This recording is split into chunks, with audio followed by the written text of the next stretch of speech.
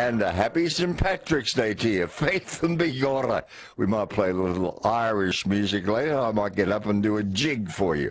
But it's Thursday night already, and gee, I wonder who's on the roster tonight. Could be Simon, might be Mike Brady, could be Ken, might even be Bianca.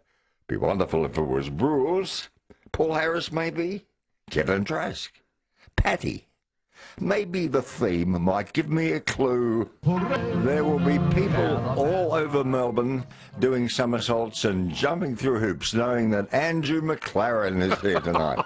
So much. I'm even going to shake your hand, which you normally don't do on radio, do it? It's strange, but there are cameras, so let's do it for a fact. Sweaty palms. No, excuse me, no. That they are labourers' hands, all right? yes. I've been picking up Oro's droppings all day. Oh, yuck.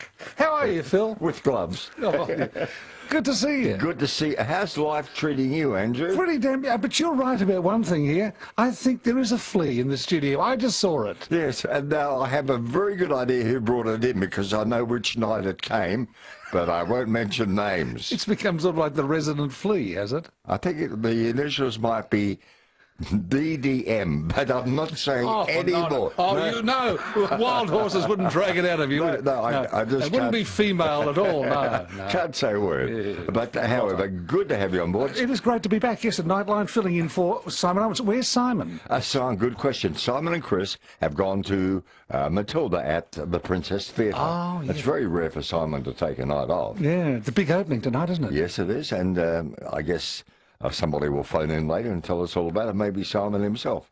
Maybe Donna Demaio. DDM. Female employee of Macquarie. Yeah, she might even have it.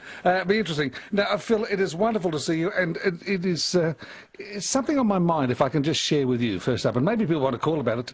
How easy was it to get your driver's license when we were younger? I mean, when I think back, it was really ridiculous. I mean, I think it's better that there's much more quizzing nowadays, and in fact, I think it should even be tougher to get your licence. Okay. But all I did was answer 4 questions at the Elwood police station and drive around the block with the cop in the back. Were you a teacher in those days? No, this was before I was a teacher. I was only just 18. Oh. And it was just absolutely a breeze. I mean, it was just a bit of a joke. And you got your full licence, no probation, really. No L plates in those days, no P plates. No, and it'd be the same for you, wouldn't it, Phil? Yes. Back in 1960, I was 20 before I went for my licence.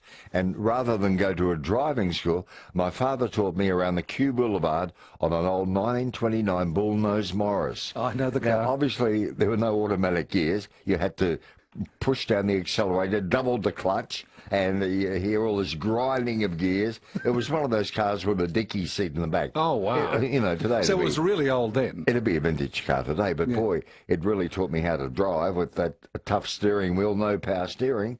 And my father said to me, always drive as if there's a policeman in the back of the car. And I've always done that ever since. Yeah, good advice. And I just wonder, perhaps people would like to call in and tell us they're getting a licence experience. There always be some funny stories, but mine was very simple. And I think it was, as I say, often just a little bit too simple. And I have a feeling, I'm not 100% sure, but I think it's either in Denmark, it's always in countries like Denmark or Sweden and one of those sort of Nordic countries, that you really virtually have to do well, it's almost like a university course to pass to get your licence. But they all ride bikes over there. They don't drive cars. Maybe that's part of it. But I think it ought to be very difficult to get a licence. I think there are all sorts of provisions. We'll get some stories about that. We've had a call that maybe from Noel of Aspendale Gardens. There's apparently a huge blackout in the Aspendale Gardens area. So we'll keep on top of that. And Peter Hitchener will be here shortly. And later we're talking to Izzy, who's a great favourite of ours, and Tony Moclair, who does Midnight to Dawn. Moclair. No, I think it's close. Tony Eclair. He's coming in a bit later too. Oh, great. But also, I was saddened today, as you would have been, and shocked by the sudden passing of Frank Sinatra Jr. I didn't realise that he died. Yeah, he died at the age of 72. I think he had a massive heart attack. He didn't live as long as his dad then, did he? No, he did not, and he was a bit overweight, a bit unfit. Came to Australia to conduct the orchestra for Dad, for the ultimate experience. That's right. He did a bit of singing himself, didn't he? He did. In fact, I've got a recording of Frank Sinatra Jr., and I want you to tell me if he sounds like him. You impressed Andrew? No, I don't. Well, I think he's got a fine enough voice, but he doesn't sound like his dad to me. No, it would be hard for him to live in his dad's shadow all his life, wouldn't it? Really and awkward. be compared with Frank. Yeah, it would be. It'd be like Bruce's children and grandchildren living in his shadow, wouldn't it? It'd be a very similar experience, wouldn't it? It must be hell for them. We've lost too many great artists lately, haven't we? Yeah, we have too. You know, Bowie and all the rest. Heaps have been David gone. Bowie. Yeah, Ross Hannaford. And just so many have gone in the last few months. Keith Emerson of Emerson, Lake Yes, and I Palmer. saw that. Yeah, and again, not old people. No, and tell you a couple who died recently. Kitty Callan, who had a big hit with Little Things Mean a Lot. She was in the 90s. And just this week, Gogi Grant. What was her big hit? Oh, The Way Would Win. Yeah, a bit of a dirge, wasn't it? Oh, anyway, but a big hit in its day, wasn't it? Andrew, people are so thrilled you're here. The board has lit up like a Christmas tree. Hello, Heidi. How are you? Hello, Heidi. Hello, boys. In fact, I'm on a high. I've just come from the opening night of Matilda the Musical. Am I talking to Heidi Victoria MP? You are, Philip. Oh. You are. Say hello to Andrew McLaren. Hello, Andrew. Lovely to hear your dulcet tones. Oh, aren't you sweet, Heidi? And was it a great show? Oh, it's a super show, and it's great for all ages, and it has some very, very funny bits in it. Great music. Tim Minchin was there, and the kids who act in this are just outstanding. So we're very lucky to have it here in Melbourne. It's a super show. I believe an absentee tonight was Cardinal George Pell. Yes. Yes, he was absent. After the song Tim Minchin wrote about him. I'm not so sure the Cardinal was on the guest list anyway. Heidi, I understand it's a wonderful show for the whole family, and thanks for giving it a good crit. That's all right. And look, I can tell you a little bit about when I got my licence. Yes. Yeah, go for it. Well, my father taught me to drive in our old Volkswagen 1300. I think it was a 1300 wagon. And he taught me to drive by saying, put the key in the ignition and go. Well, of course, I bunny hopped all the way down St Kilda Road, got out of the car, slammed the door and said, I'm never driving again, and bawled my eyes out. Oh. And so I thought it might have been good if you actually told me what a clutch was for. Heidi, it reminds me of the Bob Newhart sketch, The Driving Instructor. Can I tell you, very, very similar.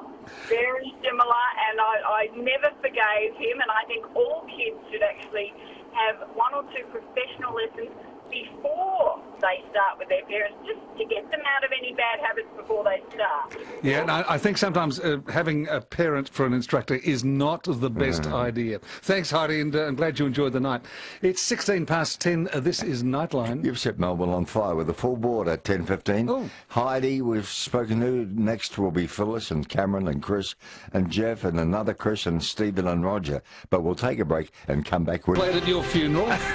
Well, I hope it's not for a while. That's all I can say. In the far, far distant future. Unless I've already passed away. Nobody got round to telling me. I'm not sure. Oh, Hello, Peter, you it's two. so good to see you. It's great to see you both and sounding wonderful on air. And I know there's a bank up of calls from here round the corner and up the street, so I better just be quick and tight and bright. Now, did you? I didn't get a chance to watch. Did you wear a green tie tonight? Oh, yes, Good. absolutely. I know Alan Rascal did a big report on Oh, yes. St. Patrick's Day. Isn't it funny? Because I was doing a little piece on Periscope, which is kind of, anyway, social media.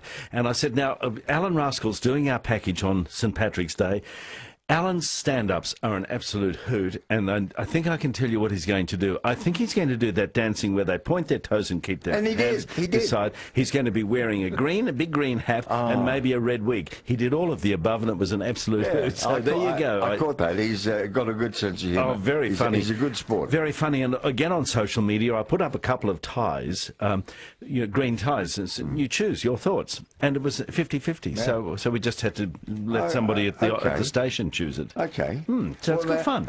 Andrew brought up a wonderful topic about your first driving lesson, and you would have been in outback Queensland. I was, and I learned to drive in, I suppose, the equivalent these days of what you'd call a paddock bomb. You know, you're sort of with 3 on the tree, of course, and I was 12 at the time, but only on the property, never on the roads. Oh, yeah, the Hitcheners were on the land. We were on the land, yes, and And so I had to sit up on cushions and look between the spokes of the steering wheel. And some of those, I heard about someone who bunny hopped up the road. Yes, there was a little bit of bunny hopping going on, I have to admit. And a couple of turns on the road, because we had these sort of dirt roads on the property, and there were gates and things, and occasionally you'd get close to a gate and think, oops, what do I do now? Oh, well, I'll just almost do it. I'll do a U-turn and see if I can't tip the car over in the process. Never quite did, but oh my gosh, it was hard work. So you started driving at 12, essentially? Yes, that's right. And got your licence at 17? 17 in Queensland, and my dad took, 17th birthday, they took me into the police station for the licence. My dad went inside, and the fellow said, "Can he drive, Nat?" Because Nat was my dad's nickname. And Natty, my dad, said, "Yeah, he can drive." And the policeman said, "Oh, well, come on, let's go for a spin." So we went up, I suppose we went up about 400 metres up the road. And he said, "Just drive up there towards the hospital." This was at Texas, a tiny town on the border between Queensland and New South Wales. We had a hospital there, and he said, "Drive up towards the hospital." We didn't even get there. He said, "Oh, no, it's fine. Do a U-turn. Come on, you've got your licence." It was so casual. People can't believe it now when you tell these stories. Yeah. I mean, for someone who's 22 or 3 now, they think, what? That was it, was it? Exactly. Well, I know a lot of kids who are 22, 23 or even more who don't even have their licence yet. That's true. Because they're using public transport, which is a terrific innovation, and they say, well, I'll get round to it one day. Oh, no, I had to get my licence. I don't know about you, Peter. It was like a rite of passage for me. And the freedom. Independence. Yeah. That first car, will you ever forget it? Yours would have been, Philip, his car, I would say, would have been longer than this building. Probably a Jaguar, would you, or a Bentley? No, it would have been American. It would have been a Cadillac, I think. No, I couldn't afford that at the time. It was a Pontiac Parisienne. It was a Plymouth Fury. Ah, there you go. With fins. Did it have fins? Yeah. Yes. Oh, fantastic. The Plymouth, but that probably was automatic. But automatic on the tree. Automatic on the tree. Yes, automatic. Yes, on the column. Yeah, on the column. Yes, that's right. But you couldn't get a license without having. You had to have manual. You had to be able to drive manually. Yes, correct. Right. Yes. Otherwise, you had an endorsed license that you could only drive automatics and things like that. That's right. On the way to church and back. Now, for some daylight reason, hours. My 3 aunts might have been, and my mother too. So 4 of my relatives, ladies, were too timid to ever get their licence. Good heavens. Or might have tried but failed. Oh, good heavens. So all 4 of the girls, my aunts and my mother, they never got behind the wheel of a car Good ever. Heavens. But that was a trend back in those days, back in the war years. You know, the women stayed home and minded the children, and it was Dad who did all the driving. Yes. And, they were one-car families in those of course, days. and it would have been mainly on the weekends, on a Sunday up to Sylvan, some scones, and back again. Yeah, maybe up to Kalorama 5 ways. That's right. For afternoon tea, then home again. Yeah. Devonshire tea. Maybe call on rainy day books on the way while you're there in the basin, Isn't it glamorous, Phil, sitting here with a man who's wearing makeup? Oh, God. No, it just adds a certain something to the occasion because he's a TV star. Well, and he's sitting beside us. I've been on the picture wireless tonight. I know, but I'm just sitting so close to you, I never noticed normally. But I realise you've caked in makeup. Oh, caked in it, yes. Don't worry, it's sprayed on from afar. Well, funny you should say that, because somebody who's new to Australia has been watching me this week because we have cameras in the studio. Yes, indeed. Oh, yes, watching online, yes. And he said to me very innocently, he said, "I suppose you go in very early for makeup and grooming, do you?" He said that to me. I said, "No, I don't have to." I said, "It's au natural." I must say, you're looking extremely fit and I very feel good well. at the moment. I feel fine. Yes, you're lucky. Good man. I'd like to know what the secret is. Stop eating. But don't tell me to do it, I won't. Oh, would you like? I've got these delicious bars. Talk, Andrew. Talk, Andrew. Now, tell me about your Friday evening sessions. Is there one coming up tomorrow night? Tomorrow night, thank you. No, I was very disappointed on 9 News tonight towards the end that the 2 platypus were not named Peter and Tony. I thought there was every chance they would be. Yes, or Boos and Phil, or Andrew and Uki. I'm not sure. There were all sorts of possibilities. But they got Aboriginal names, didn't they? They did, which is very cute. Yarrow, I think it was Yarrow and Willem. That's right. Oh, they're cute as little buttons. Aren't they gorgeous? I urge you, go to Healesville Sanctuary as soon as you can. It is just a revelation, and it's like getting away from it all. Yes. No more stress, no more worry. It's just absolutely wonderful. That's the bird show. Still don't know how they do it. Although the day that I was there last, one of the birds did say, "Look, if you don't mind, I'm not coming back for a little while. I'll just go over here and roost in this tree for a while. And everyone was saying, it will come back, truly, really, it will. And eventually it did. But I thought, gosh, these keepers have got nerves of steel. But it's amazing. What, with falcons and eagles yes, that's and right, and off they go. and And it's wonderful. And what else? And they just fly back to where they're supposed to most of the time. And there's the dingoes. You can actually go in there and pat the dingoes. Oh, gosh, Yes. that was wonderful. Because I you'd love be a it. patron up there, wouldn't you? Well, I'm an ambassador for the zoos, I think, so Right. I support them all. Hey, listen, something else. Now, this will be great for all of us. Andrew, we'll pick you up tomorrow morning. Yes, not too late. I'd say, Philip, what, about 7 a.m.? Oh, 5:45. Yeah, I'll be out by then. Where are we off to? It's a hot air balloon ride. It's the Premier's office. Act of April coming up. And what they're encouraging all of us to do is 30 minutes activity a day. 30 minutes walking. yeah, fair enough, yeah. And so, we might even be able to get Uki to come along. Well, would you If we please... carried her on our shoulders. Yes, on one of those sedan chairs. Oh, yeah, like a and she Raja. that's right, and she can pull the drapes back, see where we're going, and then just close them again and tell us to I keep haven't going. seen Andrew for a while. Please share, speaking of animals as you were, please share the photo with Andrew McLaren. That's mother and daughter, mother and son. No, grandmother and grandmother and grandson. grandson. That's Oro and his grandmother Alice. That's sweet. They're, of course, Phil's dogs. That's lovely, isn't it? Yes. Aren't they beautiful? Why were they together for that photo? Because they're living with me at the moment. Oh, but have I two didn't dogs. realise. Is it a bit unnatural sleeping with dogs? I think it's okay, isn't I it? think a lot of people who have dogs will not tell you that they accidentally find that they have a feathered friend on the end of the bed come morning time, but I think it does happen, so I Yeah. don't think I'd be too worried. No, I just would never quite feel comfortable. I mean, I like dogs and all that, but just actually having them on the bed every night. Wouldn't do you like to wake up having your face licked? And you're... It happens all too infrequently, but he quite likes it, I believe. Peter, thank you for coming Good on you, in. Philip, take You're care. very big and shaking hands tonight. Give Nice me to a shake. bump then. Yeah, Come that's on. right, yeah. And call me. Peter Hitchener, Bye. National 9 News. Shirley Harris here. I used to worry about Mum whenever I went on holidays. Was she okay? Now I don't worry because she has a Care Alert smart dialer. One press on her pendant and up to 5 people can be notified of an emergency, including 000, and there are no monitoring fees. Order yours for only $299. Plus, if you go to carealert.com.au, use the promo word Easter, you'll also receive a blood pressure monitor worth $50 for free. That website again, carealert.com.au. A movable feast with Ross and Kate. Join us from 11 a.m. Saturdays as we bring you the best in food and travel. Well, we start with Michelin star chefs and cafe reviews. And head to great picnic spots for the family and holiday locations to get away from it all. Please follow us on Facebook and share your photos and favourite spots with us. Talk to you Saturday. A movable feast thanks to Crown, Melbourne's culinary destination, and to Bortley Wines, family winemakers from the Yarra Valley on 3AW 693. Premier Homes and Granny Flats have been keeping families together for over 40 years. At Premier Homes, they work with you to design and build a custom granny flat, and they take care of everything, including plans and permits.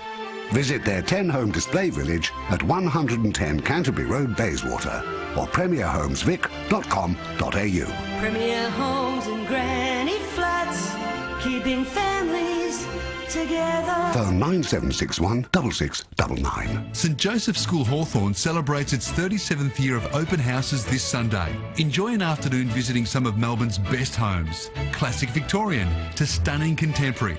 Discover their history, their architecture, and enjoy afternoon tea plus a free gift bag. This Sunday from 11:30 till 4:30 in support of St Joseph's School Hawthorn. For more information, go to openhouses.org.au.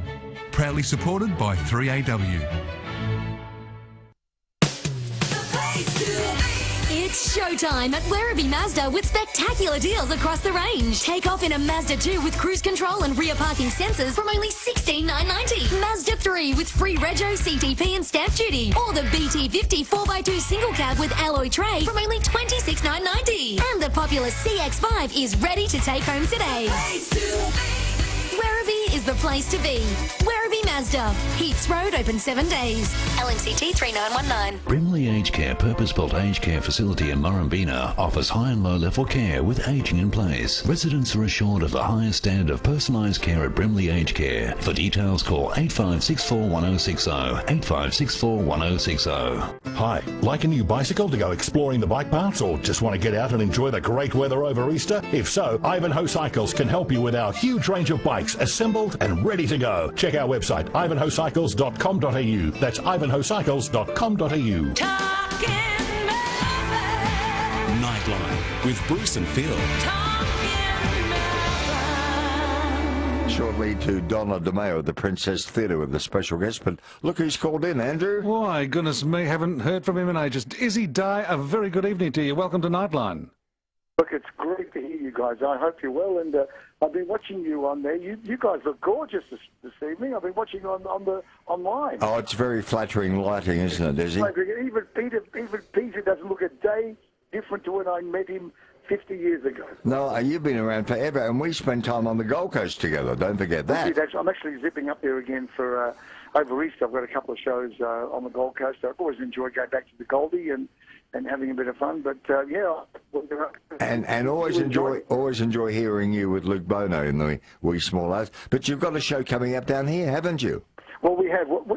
Probably most of the shows I'm doing now, a lot of them are, of course, the morning melody shows where we do enjoy, or the seniors shows, which we enjoy doing at all the clubs. And this particular Monday, this coming Monday, the 21st, I'm at a place called the Caulfield RSL, which is in St. George's Road in Nelsonwick, and we're doing the morning melodies for people who want to come out and enjoy some of the songs of the great Dean Martin, Frank Sinatra, a bit of Al Jolson. Hey, Al, I have to ask you, do you still dress in blackface for Al Jolson like you used to? I don't do the blackface in Al Jolson anymore. But you used to. I did.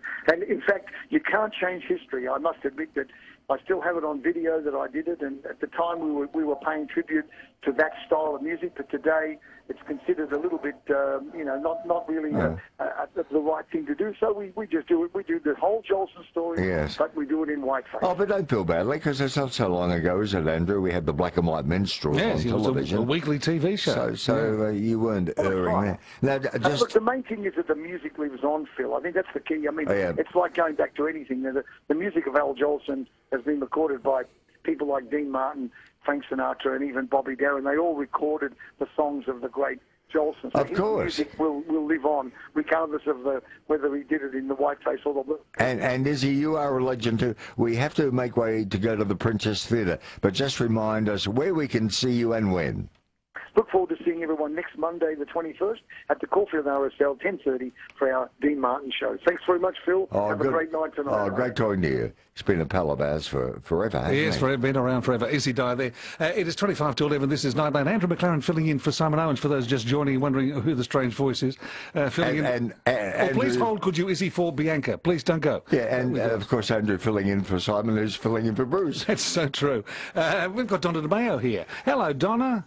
Oh, Andrew and Phil, what a joy to talk to you, and welcome, Andrew, to the Nightline family. Thank you. I'm actually at the Melbourne Town Hall, which is hosting an after party, which is rather special because Melbourne's been waiting a few months for this, actually, for a while. Matilda the musical, written by the exemplary and genius Tim Minchin, who's actually here tonight as well, open tonight at the Princess Theatre. So as you can well imagine, everyone's been thrilled to bits and just in awe of the wonderful show. I tell you, the kids are spectacular.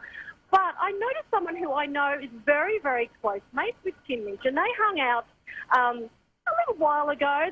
For a fair few years, I think they were sort of writing buddies and just generally, wreaking havoc across Melbourne. But someone that you may know from the small screen, he was in Offspring.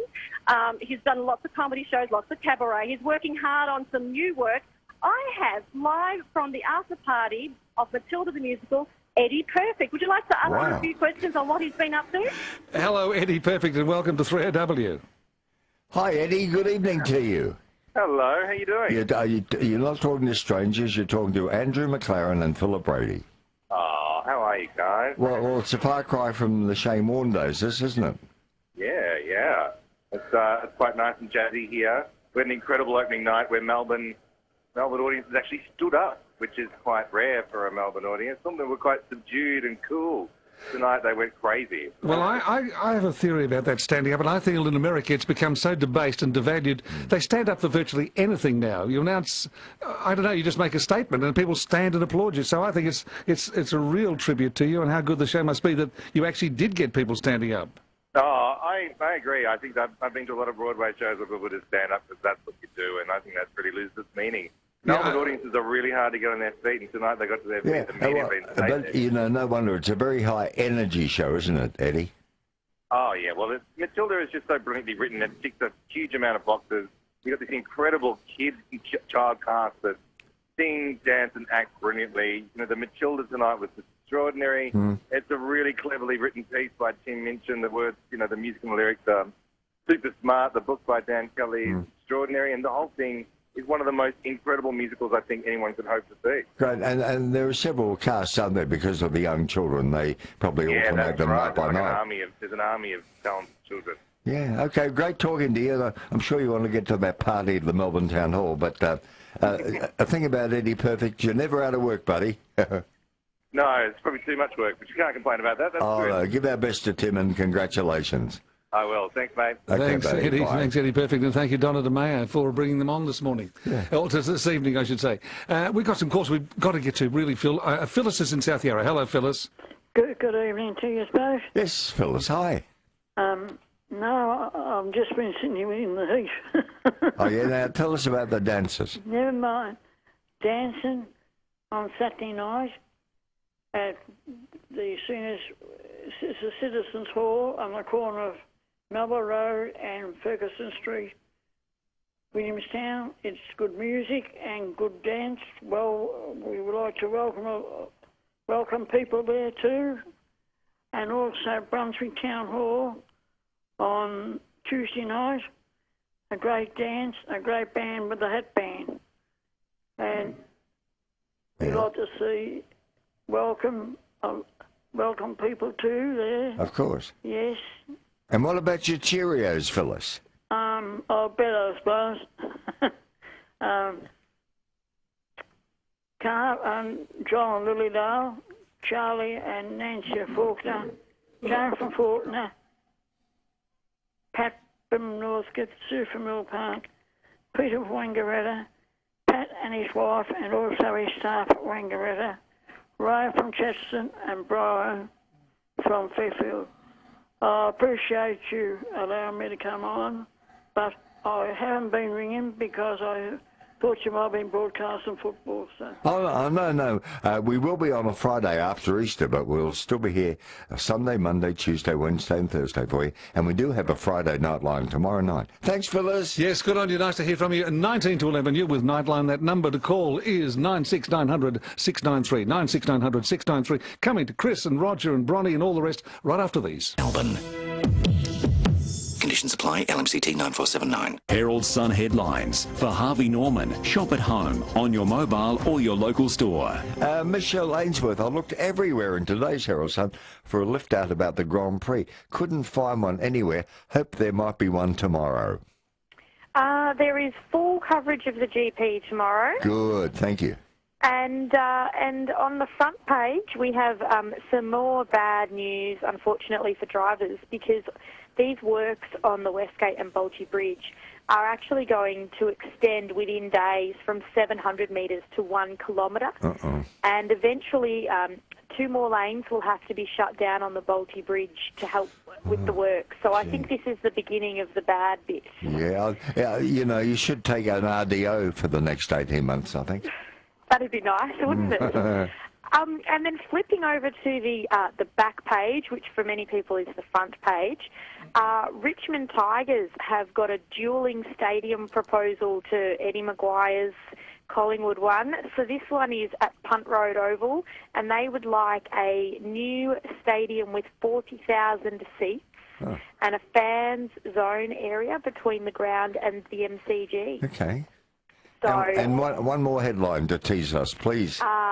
this one is ahead of the weekend. We will have 1,780 houses or properties going to auction, which is the most ever in March. Wow, wow. So that real estate market just gets bigger and bigger, doesn't it, Michelle? Exactly, it does, it does. Mm. And tomorrow is the Cars Guide, and we also have words with all of the AFL teams' captains with their tips for the year. Well, thank you, Michelle. Michelle Ainsworth at the Herald Sun, and that will all be in your Friday, the March 18th edition of that venerable newspaper. 14 to 11, 3AW, and Chris is at Hastings. Hello, Chris. Hello, Andrew. Hello, Chris. I'll call you the Phantom, mate. Strikes again. Yes, appears out of the dark, out of the shadows, and here he is. And how's Philip going? Good. A better for hearing from you, Chris. And I will have something to post you. I'm just waiting on the story to put in the mail to you. No worries, Philip. No worries, mate. And look after Bruce for me. Yeah, I hope to see him tomorrow afternoon, and I'll report back tomorrow night. That's good. I'll be listening. And on the cars, I haven't had a car for 40 years, Andrew. I only had one car. How come you gave away driving? Oh, I'm a shocking. I drive like an old lady. Anyway, I went for my licence, and you know what happened?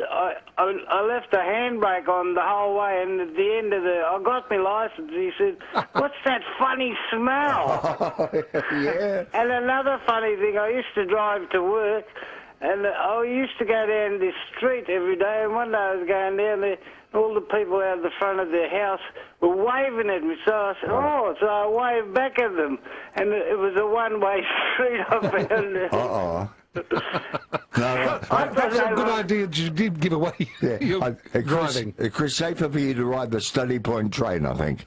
Yes, what do they call it?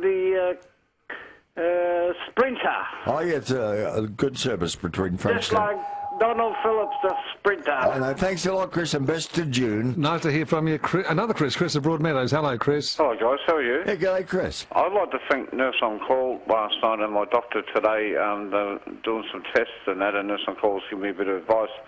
Last night, I allegedly may have been a victim of a drink spiking, or it could be something quite simple, and some people do suffer from this, even though you wouldn't think they would. I'm a regular VB drinker, and when you start drinking Carlton Draft, you can get bloated. Like I did last night, I was breaking out in sweats. I was having double vision during my second and third games, and I had an easy shot in the second game to put the black out, and I seen two white balls instead of one, and I was really struggling. I was scrambling to me players, my team, to get me some water, and I don't know what was wrong with me, but I don't know what's going on. But my doctor's going to give me the results of these tests in the next few days. But I lost that. I missed the black altogether, and I mean, I just, every day of the year I'd pop those balls out, But also like to thank the really good effort over the last, must be 12, 14 months of Racing.com, Channel 78, with Matty Campbell and Richo and Gator, because their Get On program, which is on a Thursday night, I didn't watch it tonight, but it's replayed on the Saturday morning at 11 o'clock. It's really inspiring, because today it helped me with Channel 78 to get 6 straight winners between the day meeting at Warrnambool and the twilight meeting at Racing.com Park, or Pakenham, I should say. And so I turned $35 into 100, but the only thing I've done with that, my second biggest race day of the year is on Saturday, the Golden Slipper, and I put $20 on Extreme Choice, which I did back in the Blue Diamond when it won, and $10 on Carlton to beat my team, Richmond, because Richmond are only $1.19, so you're only going to win $1.90 on $10. So I took the odds of $4.75 for Carlton. Yeah, well, don't blow all your money on gambling, Chris, because money's tight for you. And I notice, not Chris especially, but people who gamble, they always tell you about their wins, but they never tell you about their losses. Very much so. Stories like that within the McLaren family itself, Phil. Yeah, sorry to cut you short, Chris, but we are running very short of time. We only have the 2 hours. By the way, I had a drink spiked once at a party. The scariest feeling, it's probably 20 years ago. I was at a late-night party in Montmorency, and somebody obviously slipped a Mickey in a drink of mine, because, I'm telling you, I drove all the way back from Montmorency to Kew, and the pedals were spongy. I should have got a cab. I didn't realise that somebody had actually spike my drink. Wow, that is scary. But you know, the whole car was sort of swimming and around me, and mainly remember that my feet on the pedals were sort of squashy and spongy. How I ever got home to Kew, I'll never know. Brady was tripping coming home, was he, from Montmorency? Yeah. Have you ever been back to that particular house? No, I have not. But Bruce, I think it was very mean of you. Now, Cameron's in Berwick. Hi, say hello to Andrew. Hello, how are you? I'm very good, thank you. I see you've got your mariachi band with you. Hey, and are you feeling lucky today, Philip and Uncle Andy? Of course, it's a great day for the Irish. And hello, boss, how are you? Tucked away there, nice and comfy in Brady Bays, and having a nice listen there, boss. Now we can hear some music. Is that an Irish jig? It's Green Day today. And of course. It's Paddy's Day, and I like to celebrate it. And Australia doesn't celebrate it as much as the Americans do. I notice on America they do everything. They have their Paddy Day music and their celebrations and their parties, but we don't seem to celebrate it. And a lot of our There used to be, I believe my mother told me that when she was a little girl, there was a big St. Pat's Day parade down Swanson Street. I don't know what... Oh, yes, and then up Burke Street to Parliament House, where Archbishop Mannix would sit in a Rolls Royce. That's what you were talking about. And take the salute. That's right, yeah, and occasionally it would end up as a bit of a biffo because the Orangemen would turn up, the Protestant Irish would turn up looking for a fight. Oh, it turned into a free-for-all. Yeah, it often happens with things Irish, but I thought that was mariachi music that Cameron had in the back. I've got a cloth ear, haven't I? And thanks, Cameron. Sounded more like her mouth than the Tijuana Brass. And if you're on your way to the Grand Prix, share it with us. And if you took part in St. Patrick's Day today, maybe you ended up at the Celtic Club, we'd love to hear all about that as well. And had some green beer. Do you like Guinness Stout? I loathe it. No, I don't care for it either. I can't stand beer and stout. No. It bloats you up, like Chris of Broadmeadows was talking about a bit earlier this evening. God, I'm still not got used to not working midnight to dawn. I know. But no, it's not for me, thanks. No, for me, stout tastes like sump oil. I'm being terribly honest with you. and especially when they have Guinness in England and they have it as a warm drink, just off the shelf. Coloured green even. No, Hello again. This is John Doremus with the passing parade of the story of John Boyle O'Reilly, rebel, poet, and author, whose escape from the West Australian penal settlement in 1869 stirred the hearts of Irish patriots the world over. And I'll be back with the story of John O'Reilly after this message. Boyle O'Reilly was born in 1844 near Dublin, where his father was a schoolmaster. At 11, he took a job as printer's devil on a local newspaper, and from 1859 to 1863 worked as a reporter in Preston, Lancashire, mixing with youthful recklessness in the harebrained Fenian plots of the large Irish colony in Lancashire mills and factories. Still under 19, he abandoned journalism for the greater excitement of spreading sedition among Irish soldiers garrisoned in Dublin Castle. Enlisting in the 10th Hussars, he won a reputation as the most daring horseman in the regiment. As a conspirator, however, he proved a dismal failure. He talked too loud and too often, and in February of 1866 was arrested and flung into a military jail. Court-martialed, he was sentenced to be shot. But the sentence was commuted to 20 years imprisonment, and he was transported to the penal settlement in West Australia. There he made friends with an Irish priest, Father Patrick McCabe, and a free settler named McGuire, who promised to help him escape. On the night of February 18, 1869, O'Reilly broke out of the convict camp and was led by McGuire to a boat drawn up on the beach. In accordance with the escape plan, he rowed across the bay, where he remained hidden for 5 days in the blistering sand hills before being picked up by the American whaling ship Gazelle, whose skipper had been persuaded by Father McCabe to take O'Reilly to Java for a fee of £10. From Java, O'Reilly worked his way on another American vessel to the United States. He arrived there in November of 1869 to find himself a Fenian hero. During this tour of the country, he lectured on his adventures to cheering Irish audiences, settling eventually in Boston, where he worked for a newspaper called The Pilot, chief organ of Irish nationalist sentiment in America. In 1876, Britain was stunned by a Scarlet Pimpernel swoop that snatched the 6 remaining Irish ex-soldiers from the West Australian convict colony. O'Reilly, who engineered the coup, had been planning their rescue ever since arriving in America. He sent 4 Fenian agents to Australia and had them charter a whaling ship to pick up the 6 men, whose escape was carefully arranged. A wild outburst of rejoicing greeted their safe arrival in America. When O'Reilly went on a lecture tour of the Middle West and California, he was feted like a national hero. Now a major figure on the American literary scene.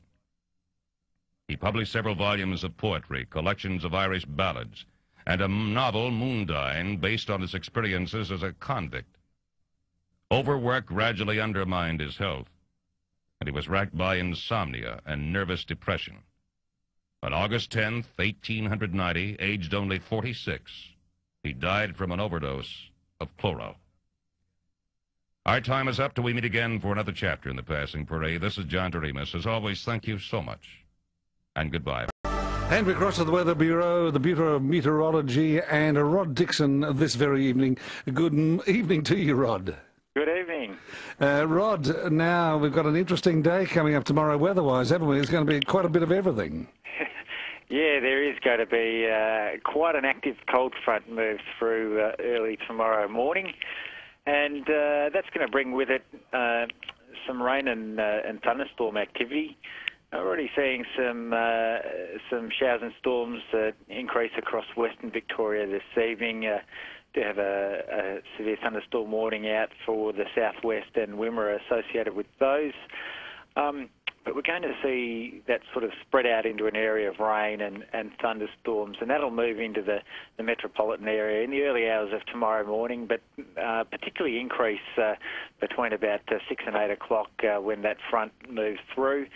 And pretty squally winds possible on the front as well, with some wind gusts up to 90 kilometres an hour possible as the front moves through early tomorrow. So it could be a little bit wild and woolly as that front moves through the metropolitan area tomorrow morning.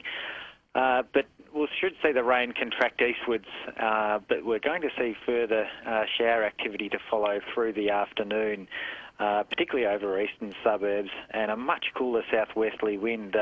Temperatures out there at the moment still sitting on the mid to high 20s, still 28 degrees in the city at the moment, but we should reach a low of 15 degrees, and the maximum of 20 will probably occur just prior to that front moving through, and the temperature for most of the day tomorrow will probably hover around the mid-teens. Want to have a bit of a guess at how many mils of rain the average suburbanite in Melbourne will receive tomorrow? Yeah, look, most suburbs are going to record probably between around 10 and 20 millimetres, and perhaps up to around 25 to 30 millimetres over, particularly over eastern suburbs tomorrow. So wow. Moderate to heavy falls with that ranger in the morning. Yeah, it's going to be quite interesting, isn't it? Especially with that thunderstorm coming through, and it sounds like it's coming through in peak hour traffic too for a lot of people. Yes, we're likely to see some wet roads tomorrow. We may even have a road weather alert out for hazardous driving conditions during the morning, so it could be a bit of a troublesome commute for some tomorrow. But the good news is after some further shower activity on Saturday morning, that should tend to clear up by the afternoon. It'll be a much cooler day, though, on Saturday, 12 to 18 degrees. Then after that, it looks like we're going to get some more typical autumn weather for Sunday and the early part of next week, with cool mornings, minimums of around 12 and around probably 9 or 10 in the suburbs, but nice sunny days, getting up to 21 degrees on Sunday, 24 on Monday. So that's a bit more typical of autumn for Melbourne. Yeah, and for Grand Prix Day, that sounds like pretty well perfect weather, doesn't it? Yeah, that's right. It's improving at the right time for the Grand Prix. Lovely. Thank you very much, Rod. No worries. Okay, good night, Rod. You going to the Grand Prix, Andrew? No, well, I'll be there tomorrow for the Friday lunch, but no, I'm not actually beyond that. Okay. Now, welcome to our friends of 3AW Wangaratta, 2QN Deniliquin, and those tuned to us around the world on the internet. Let's wave to all our friends who are watching us tonight. Hey, Mum, I'm back on TV. Hands across the Normally, water. the only time I have a camera on me is when I walk into 7-Eleven. He misses it so much. You have no idea. Apart from Good Friday. We're we've done that together, haven't we? Yes, on we have. occasions? On years, not for a while now, but yes, we have in the past. Yeah, my partner these days is Tom Elliott, so I'm in good company. Oh, you are? But I didn't realise. But I take props to upstage him. It's a visual medium. Oh, good. And now we are coming to you. Promise Corey, Stephen, Anne, Ava, everyone wants to talk to you, Andrew. We'll talk to Roger, Gigi, Ruth. But meantime, Jim Schembri has been to the movies. G'day, guys. How you doing? Good, Jim. What have you seen? Andrew, Phil, so good to talk to you. I just quickly wanted to word you up about this action film that's open today called London Has Fallen. Yes. This is the latest film filled by your favourite Scottish actor, Gerard Butler. Tell us more. Yes, this is a film that's a sequel to a movie called Olympus Has Fallen, in which Gerard Butler plays a Secret Service agent who protects the president, played by Aaron Eckhart, from an attack on the White House. This movie, London Has Fallen, is a sequel to that movie, but resets the entire thing in London. And what they've done here is they've just expanded the entire premise so that instead of the terrorists attacking one location, they actually attack all of London.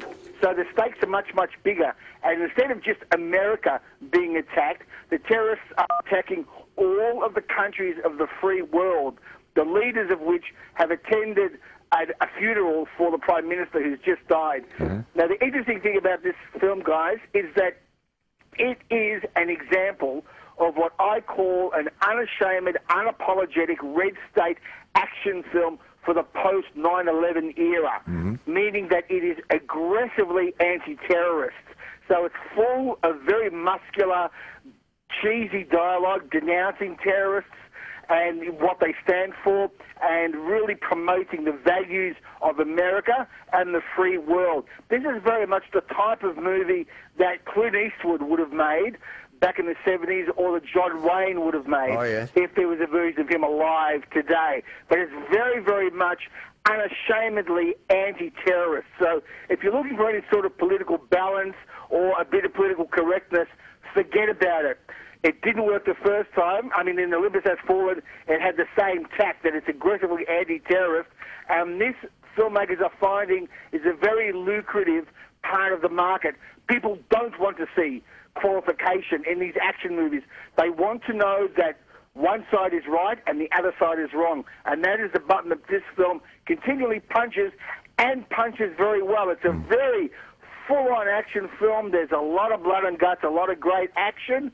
It is very, very kind of tongue-in-cheek and over the top. And Gerard Butler is kind of a Superman type of guy where not one bullet seems to ever hit him. Yeah. But his job is to protect the leader of the free world, of the United States, and by proxy, all the other leaders who were there as well. So, in a way, Phil, it doesn't just wave the American flag, it waves the flags of all the countries of the free world who are all being targeted by the terrorists in this film. So it's a good, fun movie. Got to understand it's a B movie, but a very good, big-budget B movie. Jim, it sounds like the sort of movie, I'll wait for a year, then I'll go to Bangkok, Thailand, and I'll go to a street market somewhere and pay $1 for a dubbed pirate copy. Now, Phil, you know better than me that you do not have to wait a year to do that. You can go there now. You probably could go there a week before the movie was released. I know, isn't that shocking? Isn't it an indictment of the copyright infringement? Absolutely, but I tell you what, that market is still going to be drying up because they're looking very seriously at closing the window between when a film is released in one country and then when it is everywhere else. They're going to move closer to global release dates for films. Just quickly with the letter B, it being a B movie, some of it was also shot in Bulgaria. You might see it in the end credits of movies. The names of European countries being listed as locations, these countries offer very, very attractive tax incentives to a lot of Hollywood films.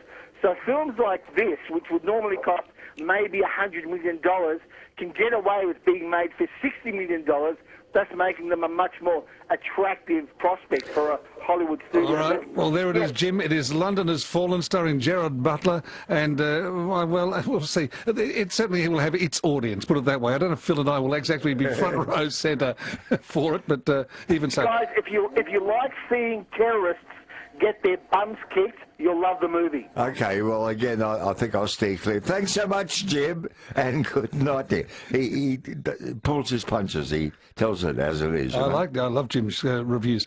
11:15, it is Nightline on 3AW. Andrew McLaren filling in for Simon Owens with Phil Brady, of course, and calls, please. Corey of Kilmore, good morning, good evening, Corey, and thanks for holding on. Morning. Yeah, sorry about that. Well, it's getting close. All good. Hey, listen, I was listening to Chris, who called earlier about maybe having his drink spiked and something, but he did mention about that he's a VB drinker but had Carlton Draft that night.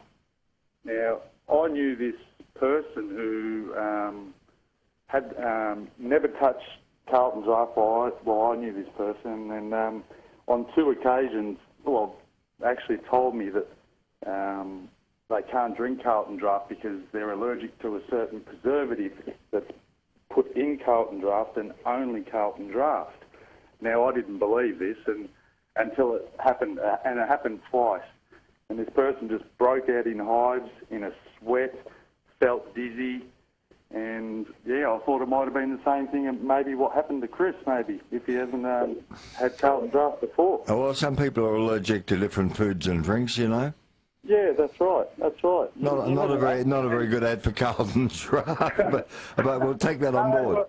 Well, apparently the Carlton Draft are the only people that put this one preservative. Now, I don't know what it is, but this person drank nearly every other alcohol you can think of. Okay. I like some.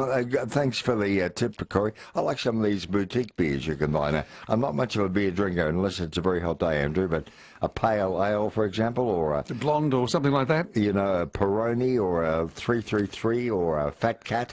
But, you know, Fat Cat. I haven't heard of that. Some of these little boutique bottles, you know. Oh, lovely. It is 11:17. We're back with your calls right after these. You run a bit late. Thanks for hanging on, George at St Albans. George, come on. Hi, guys. Yeah, welcome. How are you? Good. Speak to us. Yeah, I love your program, and I'm going to sort of reminisce in the past a little bit. You were speaking about Frank Sinatra's son. Junior, Frank Junior. Yeah, and I went and saw Frank Sinatra, Liza Minnelli, and Sammy Davis Jr. at Festival Hall. Yes. In the late 70s, thereabouts. And I don't want to sound rude or anything, but he was not a good singer. Who? Frank Sinatra. What, senior or junior? Senior. Oh, really? Yeah, and a lot of people do say that too. He was good in very other talents, like in movies and. Oh well, I mean, there was a time when he was superb, but you know, towards the end he was stretching for those notes.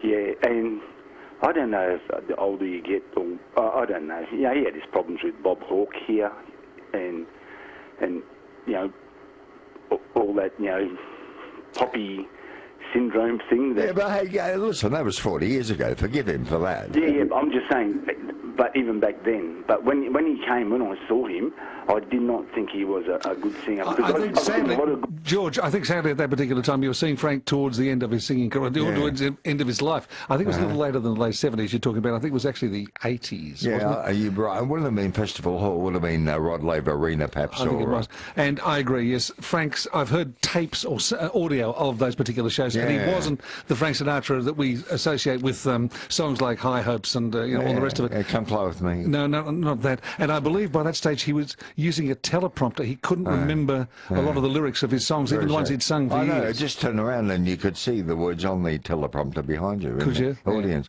But he obviously didn't know when to quit. But I hope I'll know when to. And you being my best friend, will you tell me, will you be honest enough to say, Philip, you've had it, and I think you're past your prime, and I think you should walk away from it. Dear listener, the temptation right now to say something, but I won't. Instead, I'll say, hello, Stephen of Greenvale. Hello, Stephen. G'day, guys. Oh, good to talk to you, Steve. That's okay. I don't mind waiting. I was only sorry I didn't break Chris's record of 4 hours. Yeah, sorry about that. There have been so many guests ringing in tonight. That's okay. I was listening to Jim going on about London is falling. I'm going to see it. I saw the first one. It's a sequel to the first one of Olympus Has Fallen. And I'm going to come up with two points. One, either the Secret Service is pretty lousy, or this American president's pretty lousy, because in both movies he gets abducted by terrorists and held hostage. I don't think I don't think the Secret Service in America is going to think this is a great movie. Okay, right. But they've got a bit of, well, not blood on their hands, fortunately, but they've got a bit of stain on their escutcheon, because wasn't it recently that Barack Obama found himself with the Secret Service in a lift in some supposedly secure building with an armed guy who had a criminal record and had, as I say, a gun on him. He hadn't been vetted properly. Was it happened last year, the year before? Wasn't that outside? I'm sorry. Someone who jumped the wall, wasn't it? Yeah, and no, this was another occasion. There were two or three, and the Secret Service really of late in America have been not quite up to par. And then there was a night where they were partying out all night or something, and and came back to the White House drunk, reportedly. Yes, Steve, I think the movie could be fun. Look, the first one was great, and I'm sure the second one will be even great. But if you're if this is going to become like, you know, a series of Rocky movies where the president keeps getting abducted and held hostage, I don't know. I think it gets a bit ludicrous after a while. But listen, I was just thinking about your first, not your first driving lesson, but the first driving test, because I've had it more than once, because I failed my first one proudly, because in my school it was pretty, it was like a notch on your thing if you failed it.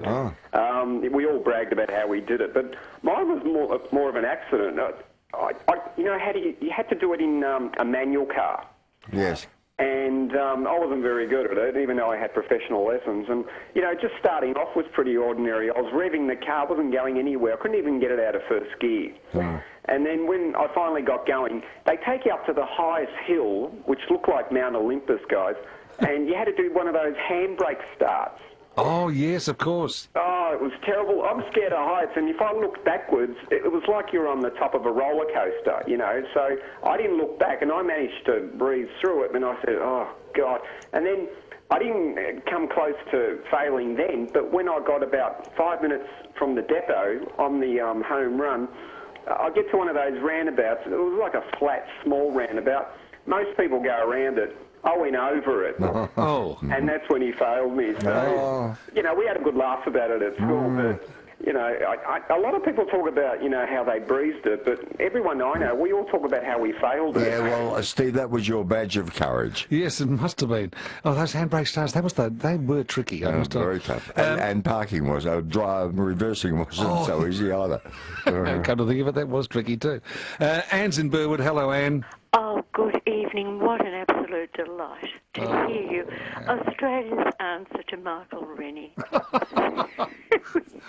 I don't know if I deserve it, but thank you for it. Oh, well, there's a first this evening. I actually have been watching the pair of you on my laptop. I have never done that before. I feel like a peeping Tom. It seems somehow indecent.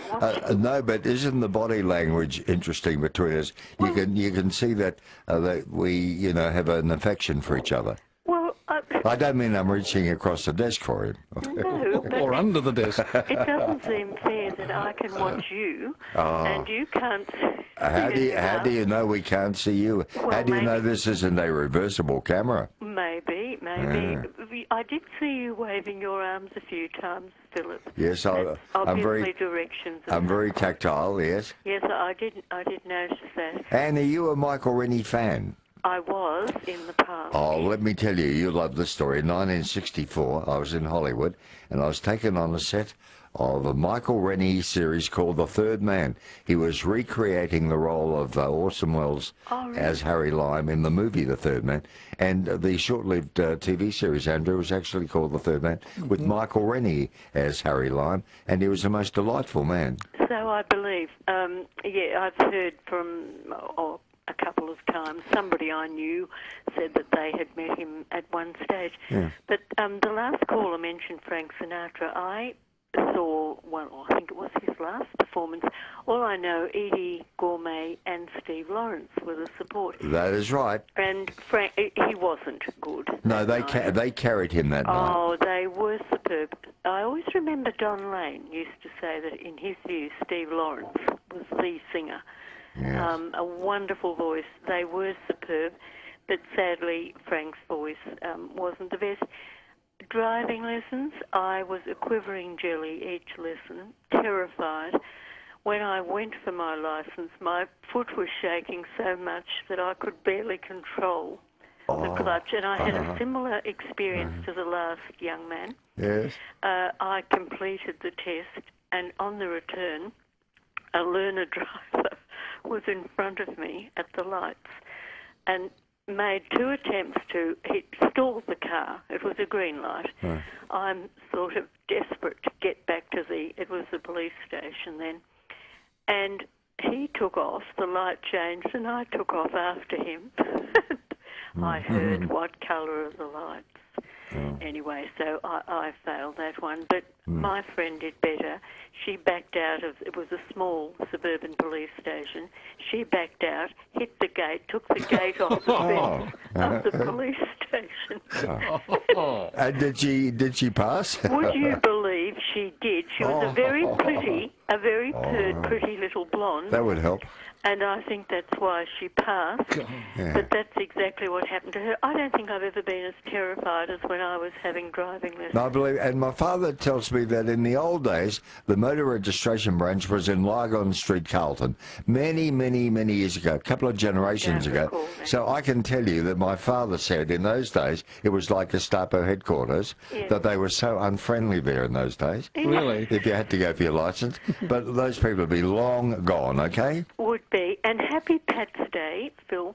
And I thought we may even have some Irish music. That last little bit of music a caller had, I couldn't detect Mother McCree or Danny Boy. Oh, don't worry. I know Andy will have his finger on the pulse, and we'll come back out of the break with something Irish. Indeed. And lovely to hear you, Anne. Thank you so much, Anne. Thanks for calling in, of course. And before you go, because you've been hanging on since last sleep year, it's been one of those nights, a $50 pancake parlour voucher for you. Open 24 hours a day. Ringwood in Doncaster and Malvern East. Lovely. Enjoy the experience, Anne. That's very sweet. Thank you very much. And here's my buddy Andrew McLaren to throw to a station break. It is, yes, Andrew McLaren filling in for Simon Owens, in case you're wondering. For those just joining us, this is 3AW. It is 28 to... Oh, there. Top of the morning to you now. Touch of the Irish. I love your moves with that, Phil. You're good. Oh, thank you very much. You've got nice pointy little toes. You like my river dance yeah, effect? I like that. Oh, thank you. Yes. And good to see your little kilt flapping away there. Very short kilt. Perhaps you could lengthen it next Irish Day. Ava in Cranbourne, thanks for holding on, and good evening. Hi, Ava. Good evening. Hi, Andrew. Hi, Philip. How are you? Good, thank you. Good. Philip, I just rang to say thank you so much. I just received today some photos first of you and Bruce, and gorgeous Tweety. And Oro, I can't believe how big he is now. Isn't he? Yeah, he's huge now, isn't he? Yeah, he's so big. God bless him, but he's just a perfect specimen of a dog. He's lovely. Yes. But the poems you enclosed, I cried. Like, they were just so beautiful. Well, Ava just lost her beloved pet, and I was just... Yeah, I know, and, I felt so sad for you. I just thought they might be a comfort to you, Ava. They weren't meant to make you cry. Oh, no, look, when I say they didn't make, I cried, but it was very kind of you. I actually cried because it was so true. Like, they were so true, and they really hit home and say... Well, everything you were feeling and everything you know, yes. If your pet could talk to you, I know. that's what they'd say. I know, and are you aware one night Marilyn of West Rosebank mentioned you and your loss in one of her poems? Oh, how beautiful. Yes, she did, thank Marilyn, you very much. yeah. Oh, how beautiful. Well, Yeah. I hope she's listening, and thank you very much. It was very kind. So we're thinking of you, Ava. Thank you so much, but I did... just want to say thank you. That was so kind of you, And Philip. Andrew will agree. The time will come when you'll want to start again. Well, yes, as you said, yes, we'll see. But everyone keeps at the moment. saying, Take care, Ava. I will, and thank you so much again. And great to hear you on the radio again, Andrew. Thank you very much, Ava. Lovely to hear your voice. Roger's in Caulfield. Hello, Roger. Yeah, hi, how are you? Apologise such a long wait, Roger. That's all right, but I don't mind. But that's fine. I want to talk to you about when I got my licence. Oh, great. I had a 1977 LX Tirana SLR 5000, original Bathurst racing car.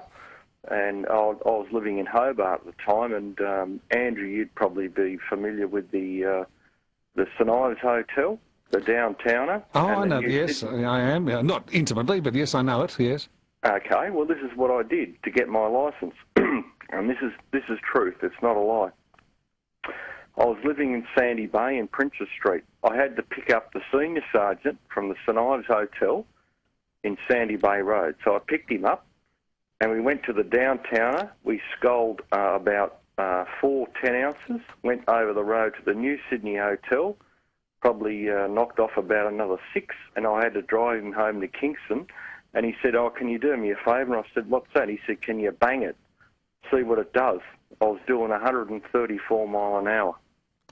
134 miles an hour? Miles an hour. I had a 308. And what does he mean by, will you bang it? Will you put your foot down? Speed it up, yes. No, he said, bang it. Just put your foot on the accelerator and just bang it. Where were you doing it? What part of Hobart were you doing that in? Through Kingston. Oh. Wow. How reckless. Yeah, and the next day he said to me, "Oh, thanks for that, Nick." He said, "I'll give you your licence." So the next day I went back into the Sandy Bay police station. He gave me my licence. Oh, boy. Well, that's an amazing story. I'll leave it at that. Roger's in Caulfield. Hello, Roger. That was Roger. Here's Oh, Ruth. I'm sorry, this is Ruth of At South Melbourne. yes. Hello, Ruth. Hello. G'day. G'day. Happy St. Patrick's Day. And to you too, Ruth. And lovely to hear you, Andrew, as always. Thank you, Ruth. And is your throat getting better? A lot better, yes, thankfully. And you took to my remedy. You got some nice Arbor Law and a couple of nips in the morning, and the vapours will help your upper respiratory tract. And I haven't had an attack of the vapours either. Thank you, Ruth, so much. Is it true you had polyps on your nodules? Yes, I've had no, not quite that. It's a cyst on my left vocal cord. Oh, okay. Do you want to have a look? I'll open my mouth at midnight and you can have a look. I'll give you a torch. You can have a look down. Okay. Bing Crosby had the same problem, and did Al Bowley too. Yes, it does. But they recovered. Yeah, oh yes, it's not nothing, You'll frightening. still be able to resume your singing career. Your nightclub act. I'm hoping to have a CD out by Christmas. But no, Ruth, thank you very much. And I have taken Nurse Ruth's advice, believe me, and I have been following it. Oh, not actually in the last few days, but yes, until recently I have been. Thanks so much, Ruth. Coming back with Jeff, Gigi and Kyra and a special studio guest. The week. You know, apart from 25 years of Remember When and Nightline, you will vouch for this, Andrew, and so will Tony Moclair will be here in a moment. I'm also the paper boy after midnight. Religiously, I go and pick up for you or try to bring you the Age of the Australian and the Herald Sun every morning. I know, and tries, Phil, to be very fair to me, tries not to look like a complete paper hog down on floor 2, because you take half of the allocation that the Age newspaper get down there and bring it back up here to floor 7. As well as that, I'm vacuuming at the moment. If you can hear me in the background, I'm a man for all seasons. Tony, thanks for coming by. Tony Moclair, we have enjoyed the last 3 weeks. It's gone through so fast. How do you guys, Andrew and Tony, how do you cope with these weird hours?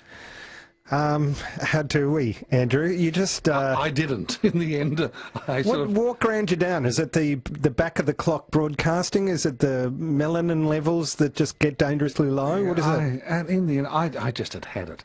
Yeah. And when the changes were made, to come from Sydney, I really... I've got to say, I was kind of pleased. I mean, it's sad to go in many ways. And you get into that habit and you get to talking to the people and all that sort of thing, the listeners.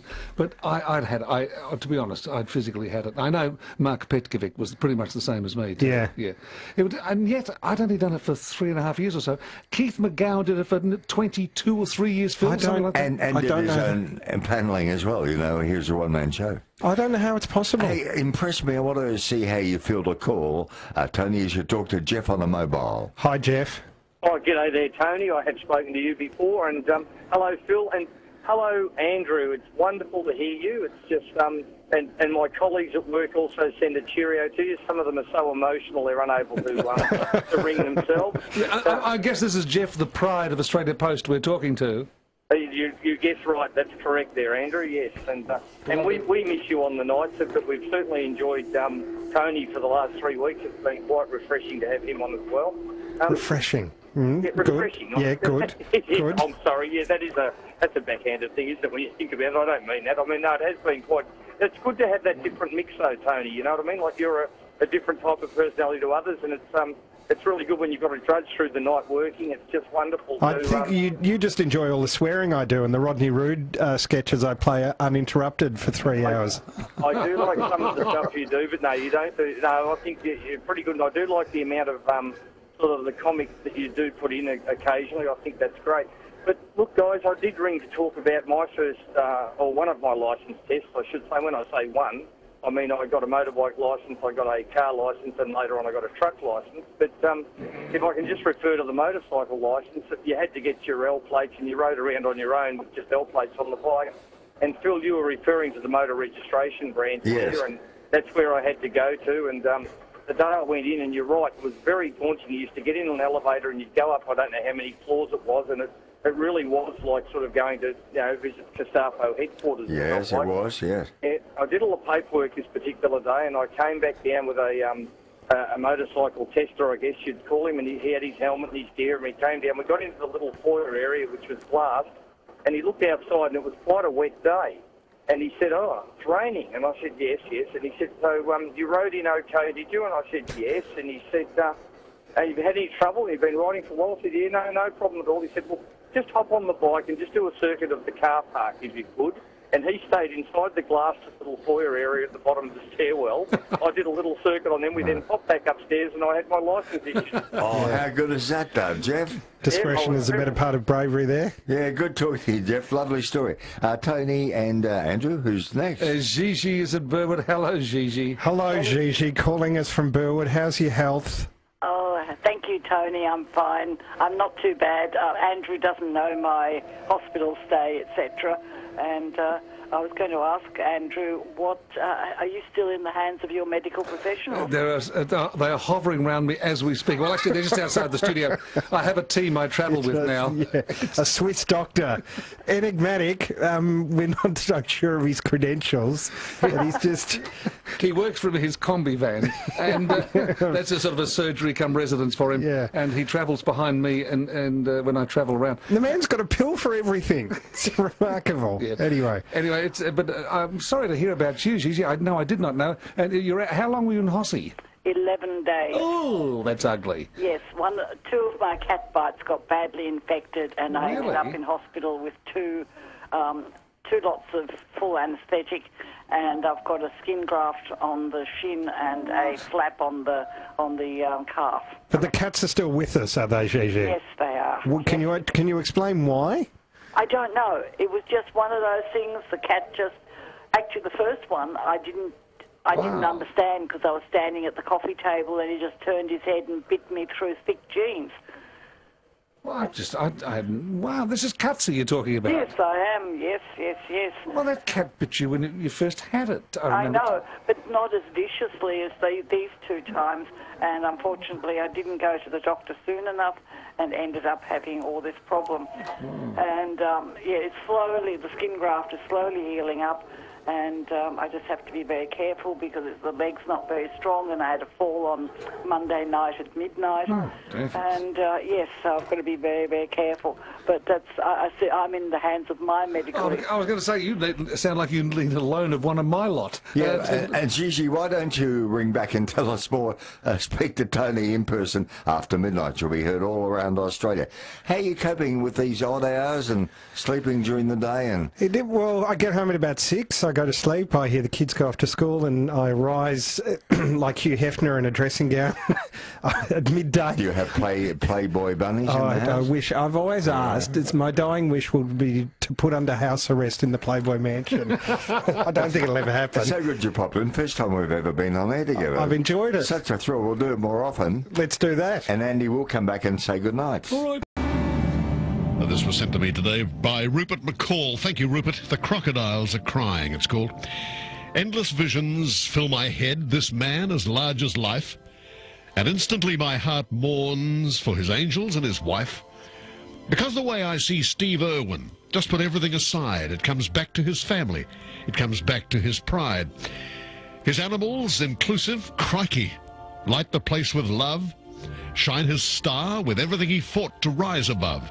The crazy man of Khaki, from the day he left the pouch, living out his dream in that classic Steve-O crouch. Exploring forth with character and redefining cheek. It's one thing to be honoured as a champion unique. It's one thing to have microphones and spotlight cameras shoved. It's another to be taken in and genuinely loved.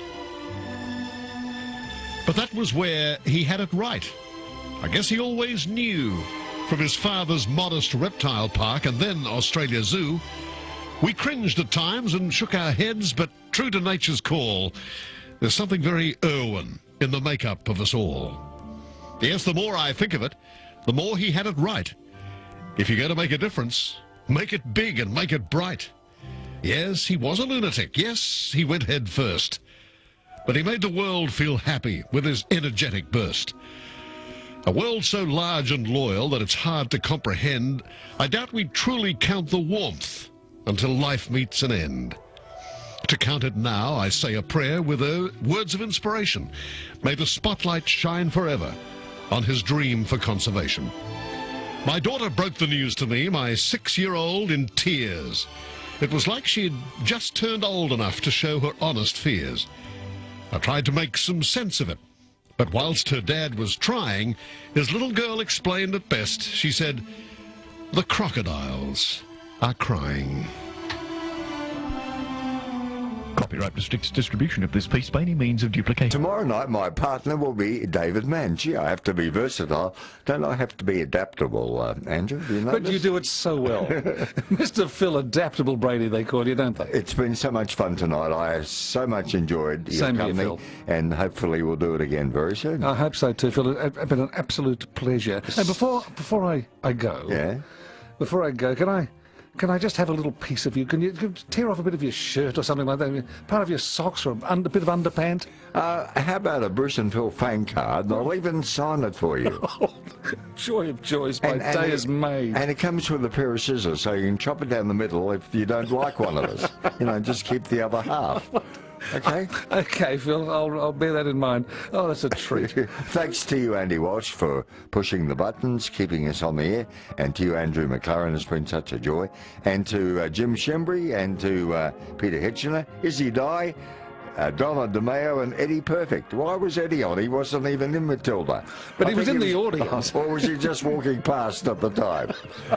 It's been so much fun. To the sick, the sad, the lonely, the grieving, you are always in our hearts. You are always in our prayers.